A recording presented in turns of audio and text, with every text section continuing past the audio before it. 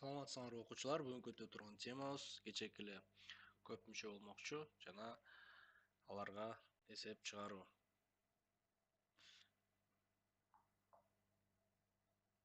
Биз бүгүн эсептерди чыгарабыз.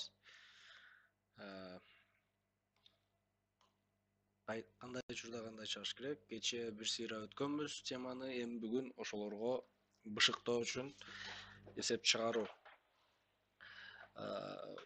Эсеп чыгаруудан мурун силерге өзүңөргө бир нерсе айта кетейин. Азыр мен эсеп чыгарып атканда видеону паузага басып коюп, анан өзүңөр чыгаргыла. Анан меники менен текшерип көргүлө да.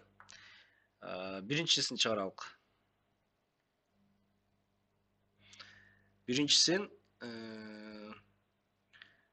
кечээки үйрөткөн жол боюнча экөөнү коштоп атат да. Астына эле жазып алабыз.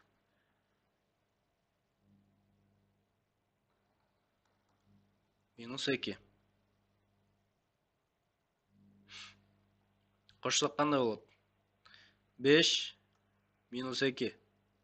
5 кошулган -2. Бул 3.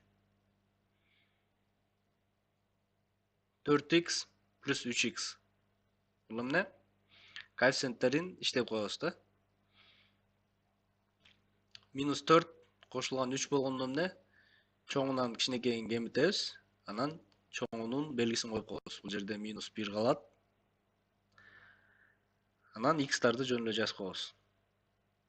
Бул жерде же болбосо -1x же болбосо бул жер плюс болду, -x болуп калат да.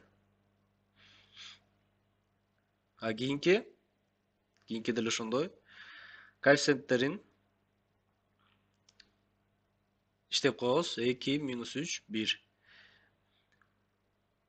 1x квадрат же болбосо жөн гана x квадрат. Демек биринчисинин жообу x квадрат минус x кошулган 3. Бир сыйра текшерип коелук. Туура деле көрүнүп атат. Мен ката чыгарып алышым мүмкүн, бирок силер YouTube'тун астына комментарий кылып жазсаңар болот. Агай ката чыгарып алыңыз деп. Андан кийинки эсепти чыгаралык. Азыр паузага басып койсоңор болот. Паузага басып коюп, өзүңөр анан чыгарып, анан меники менен текшерсеңер болот.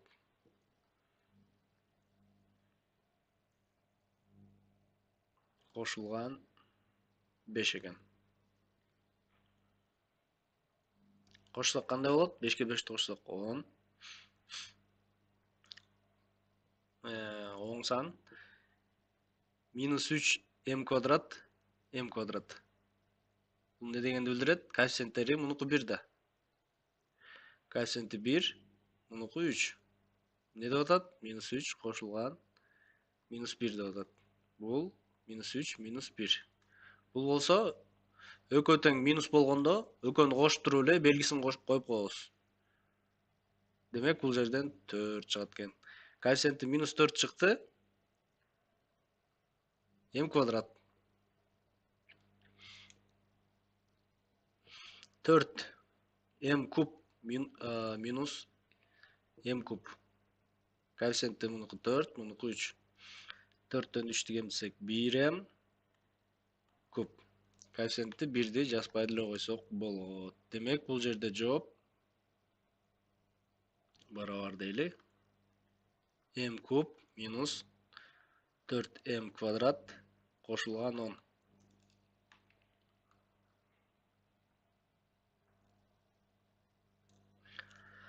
Андан кийинки кандай болуп атат? Бул жерде көбөйтүүлөр кошулуп кетип атат. Кашаанын сыртында. Кашааны биз билебиз. Мисалы 2 кашаанын ичинде 5 болсо эмне? Көбөйтүү деген сөз. Бул жерде 10. Эми бирок бул жерде андан айырмаланып кандай болуптур? Кашаанын сыртында көбөйткөн. Муну деле ушундай жазып алабыз. 2x квадрат минус 8x. Биринчи көбөйтүүлөрдү иштеп алабыз да. Көбөйтүлгөн 2 дейт. Бул эмнеге барабар? 12. 2ге минус 8 x'ti көбөйтсөк, бул жер кошуу минус 16x. Бул жер болсо 24x квадрат. Демек, биринчиси ушундай экен. Экинчиси 3x квадрат минус 4x кошулган 2 көбөйтүлгөн минус 4 экен. Бул кандай чыгат?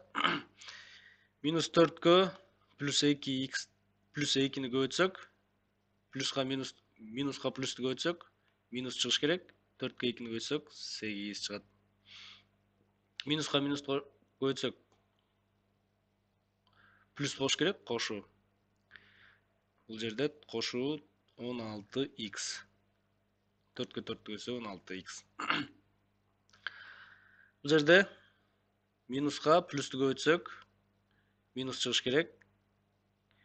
4 жөнүндө 3 12 x квадрат. Демек, эми экөөнү кошуп коебуз.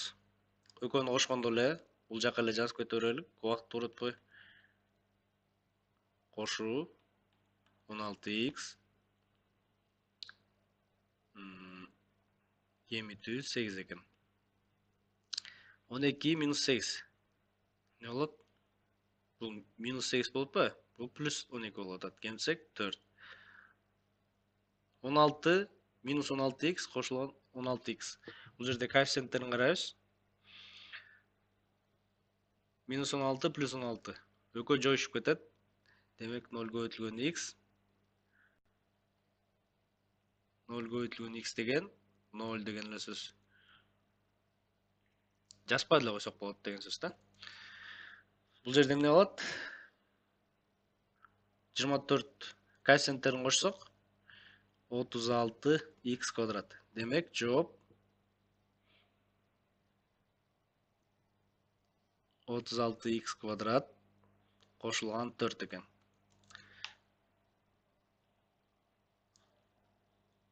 Өзүңөр өз алдыңарча иштеп көргүлө, андан кийин менин текшергиле. Кийинки эсеп.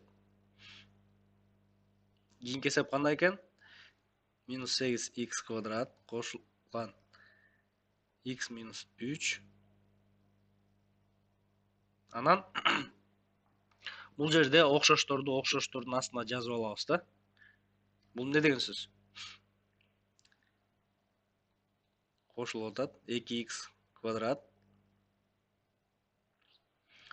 кошуу x. Бул жерде x квадрат менен x квадрат окшош. X менен x окшош. Астына жазып алсак кандай болот? Бул жерде минус 3 өзү эле. X-ка x кошсок 2x. Бул жерде минус 8 2.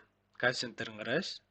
Минус 8-тен 2 минус 8 кошулган 2. Бул эмне? Чоңунан кичинекейин кемитебиз. 6. Чоңунун белгисин коюп коебуз. Минус 6. Демек, минус 6x квадрат. Бул жер кошуу. Муну таптык. Эми ушундан кемитип атабыз. Кемитүү 4x квадрат минус 1-ди окшоштун астына жазабыз. Минус 1. Бул жерде окшош кайсы? Бул экөө окшош. 3 менен 1 окшош. Минус 3 минус 1 дейт. Бул эмне деген сөз? Минус 3 минус 1 деген сөз. Минус 3 минус 1 деген сөз. Бул эмне деген муңга бар? Каша деген көбөйтүү деп билебиз. Минус 3 не болуп кетет? Минуска минус көбөйтсөк плюс болуп кетет. Демек, бул жерде минус 2. Демек, бул жер минус 2 чыгат экен. Бул жерде астында x жок, өзүнө эле жазабыз. Бул эмне экен? Кошуу экен. Эми бул жерде дагы эле ошондой, кайра эле жанакы. Минус 6x квадрат минус жок, бул жерде кошуп эле турбу. Минус 4x квадрат. Бул эмне? Экөө тең минус болуп атканда кошуп коебуз, дагы белгисин жазып коебуз. Бул минус 10x квадрат. Минус 10x квадрат. Демек, жооп минус 10x квадрат кошулган 2x минус 2.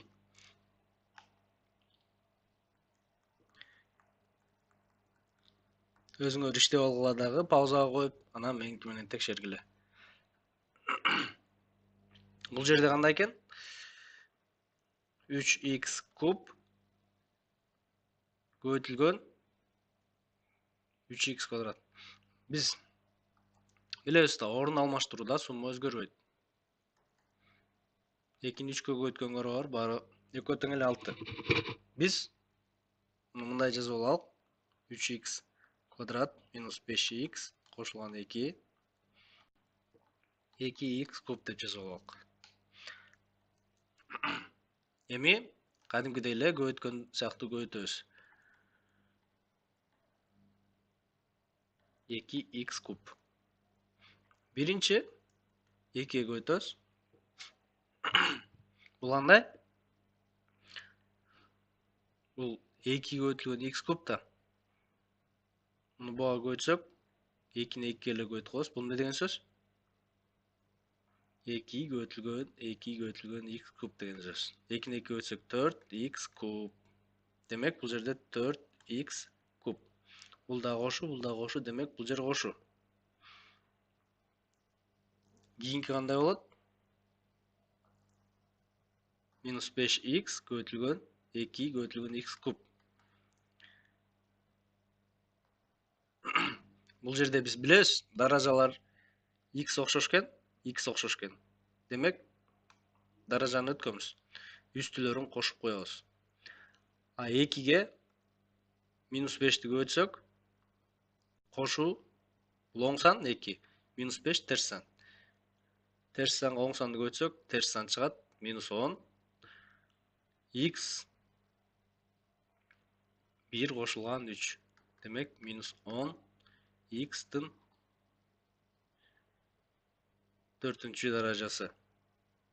Бул жерде кандай экен? Минус 10 x-тын 4-үнчү даражасы. Бул даражалардан өткөнбүз да. Андан кийин 3x квадрат көбөйтүлгөн 2x куб экен. Бул жерде да ошондой.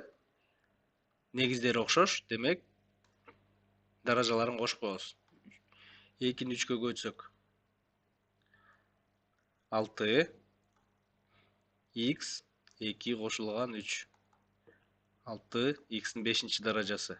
Демек, бул жер 6 x-тин 5-чи даражасы экен. Жооп кандай чыкты ошондо биздики? 6 x-тин 5-чи даражасы минус 10 x-тин 4-чи даражасы кошулган 4x куб чыкты. Кийинки эсепти чыгаралык. Буларды өчүрүп алалы, бизге кереги жок.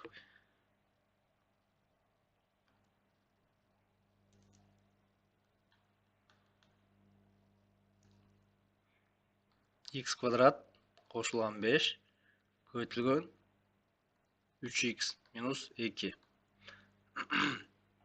Минус 2 менен муну көбөйтөбүз. Минус 2-ге плюс 5-ти көбөйтсөң 10. Минуска плюсту көбөйтсөң минус. Минус 10. Андан кийинки буга көбөйтөбүз. Минус 2x квадрат болот. Минуска плюсту көбөйтсөң минус. Бул жерде көбөйтүү бар. Андан кийин муну көбөйтүп алабыз. Бул кандай болот? 3x көбөйтүлгөн 5 болуп атат. Буга муну көбөйтүп алабыз, 15x болот. Демек, бул жерде 15x экен. кошуу x квадрат көбөйтүлгөн 3x дейт. Негиздери окшош. Негиздери окшош болсо эмне кылабыз? Үстүлөрүн кошуп коебуз. 2 кошулган 1. 3'tü бияна жасабыз, же болбосо 3'tü бияна жазып коебуз. Кооздураак жазыш үчүн да. Демек бул жер ушундай экен. Эми көбөйтүүдө кошобуз кадимгидей эле. Кайсылар окшош? Окшошторду кошуп алабыз да биз. Окшоштор жок.